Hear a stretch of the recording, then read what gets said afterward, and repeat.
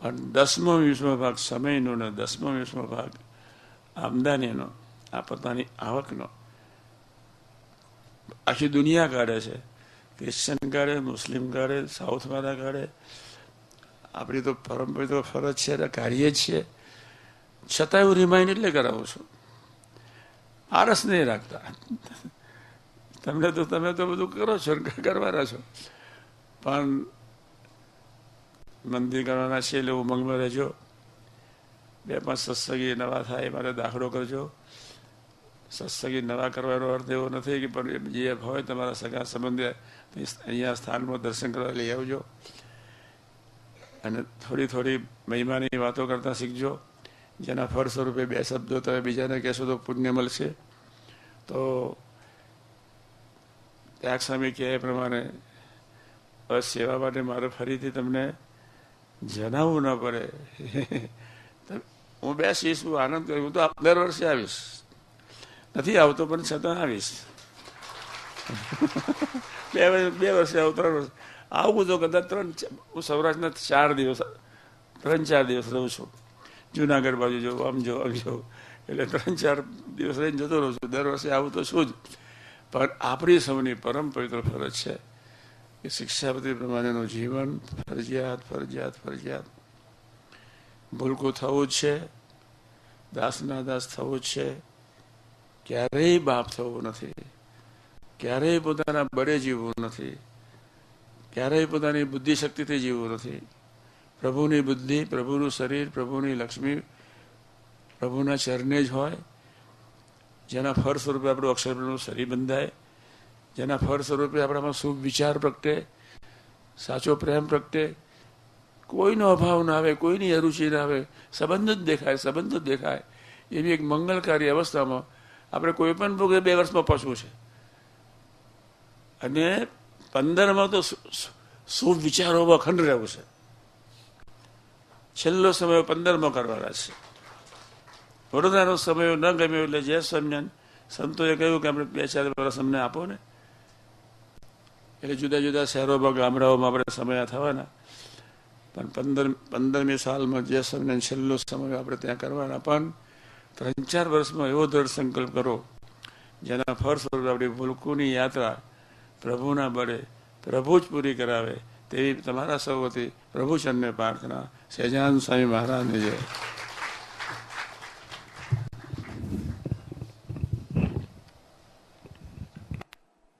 વર્ષમાં 3 વખત ગુરુ પુષ્યામૃત યોગ સર્જાય ત્યારે સુવર્ણ ખરીદીનો મહિમા છે.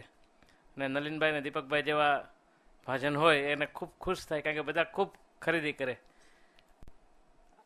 ભગવતી કુમાર શર્માએ ત્યારે આવો યોગ સર્જાય ત્યારે હરિપુષ્યામૃત યોગની વાત કરી છે. આપણે માટે આ અત્યારે હરિપુષ્યામૃત યોગ છે અને એમાં આપણે સ્વામીજીની પરાવણીના પ્રસાદરૂપી સુવર્ણની ખરીદી કરી છે. સુવર્ણ આપણને પ્રસાદમાં પ્રાપ્ત થયું છે. એટલે આ આપણે હૃદયમાં ધારશું તો ખરેખર સ્વામીજીએ કીધું એ પ્રમાણે અખંડ શુભ વિચારોમાં રહેવાશે. પણ એ માટે જે સ્વામીશ્રીએ વાત કરી, આપણને આજ્ઞા કરી અહીંથી નિયમ લઈને ઉઠવાની આપણે હૃદયમાં ધારીએ.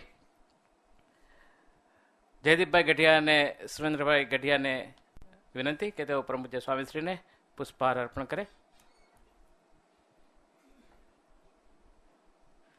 આપણને ખ્યાલ છે કે બહેનોએ પરાભક્તિના એક આયામ તરીકે આજે અન્નકૂટોત્સવનું આયોજન કર્યું છે. ફરાળી વાનગીઓનો અન્નકૂટ આજે ઠાકોરજીને અર્પણ થઈ રહ્યો છે.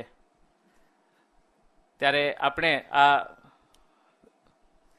સભા પૂર્ણ થયા પછી શાંતિથી આરતીના દર્શન કરવા માટે જઈશું. કતારબદ્ધ રીતે, શિસ્તબદ્ધ રીતે દર્શન કરીશું. અને ખાસ કે સ્વામીશ્રી આપણી વચ્ચે બિરાજે છે. આપણને બધાને એવો લોભ હોય કે કંઈક વાત કરી લઈએ, પણ આજે એ આપણી જે હૃદયની ભાવના હોય એના ઉપર કાબૂ રાખીએ અને સ્વામીશ્રીને સ્વાસ્થ્યને સવારથી આપણે જોઈએ છીએ કે સ્વામીશ્રી આપણી સાથે જ છે. એટલે એમને સ્વાસ્થ્યમાં પ્રતિકૂળતા ન સર્જાય એટલા માટે થઈ અને સ્વામીશ્રીની સાથે વાત કરવાનો આગ્રહ ન રાખીએ અને શાંતિથી દર્શન કરીએ. સ્વામીશ્રી અને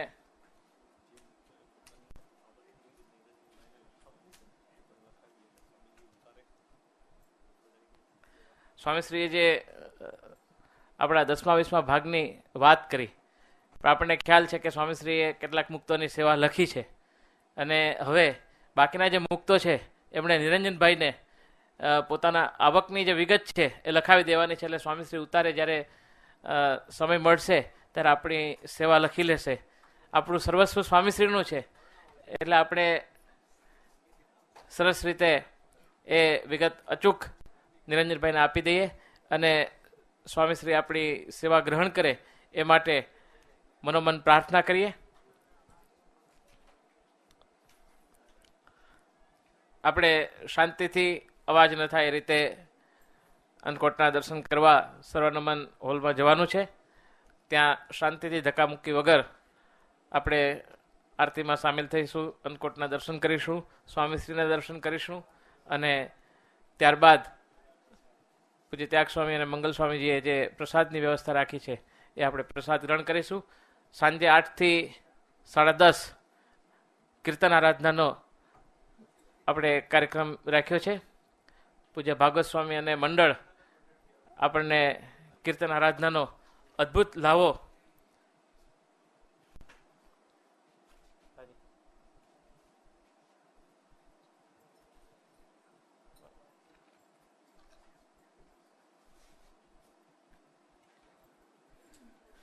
અન્નકોટની તૈયારીઓ થઈ ચૂકી છે, તો આપણે શાંતિથી ત્યાં પહોંચીએ સર્વનમન હોલમાં અને અન્નકૂટના દર્શન કરીએ. સ્વામીશ્રીને અત્યારે ચરણ સ્પર્શ કરવાનો કે વાત કરવાનો, સાથે ચાલવાનો એવો કોઈ પણ પ્રકારનો આગ્રહ ન રાખીએ, અને શાંતિથી સ્વામીજીએ જે આપણને કૃપા આશીષ આપ્યા એને વાગોળતા અને આજનો આ દિવસ છે, આપણે જે વાત કરી હજી પૃથ્વી અમૃત યોગ આપણે માટે સર્જાયો છે, તો એમાં આપણે સ્વામીશ્રીના કૃપા આશીષ રૂપી જે સુવર્ણને હૃદયમાં ધારી અને આપણા અક્ષર બ્રહ્મનું જે શરીર બાંધવાનું છે એ માટે પ્રાર્થના કરતા અન્નકૂટોત્સવમાં આપણે સામેલ થઈશું. સૌને જય સ્વામિનારાયણ. આપણે અન્નકૂટોત્સવ બાદ ફરાળનો પ્રસાદ ગ્રહણ કરી અને ફરીથી રાત્રે 8 વાગે જે આપણે ખુલ્લા મેદાનમાં કીર્તન આરાધના રાખી છે ત્યાં આપણે અવશ્ય 7:45 વાગે, આપણે સ્વામીજીના છીએ એટલે આપણી જવાબદારી વધારે છે કે આપણે સમયની પહેલાં આવી જઈએ. તો સવારના અત્યારે આપણને લાભ મળ્યો, સાંજે કીર્તન આરાધનાનો લાભ મળવાનો છે, તો 7:45 વાગે આપણે અવશ્ય આવી જઈશું. સૌને જય સ્વામિનારાયણ. સ્વામીશ્રી અને પૂજ્ય ત્યાગ સ્વામીજી અને સંતોને નીકળવા માટે આપણે સાનુકૂળતા કરી આપીએ, ધસારો ન કરીએ, શાંતિથી સર્વનમન હોલમાં પહોંચી જઈએ.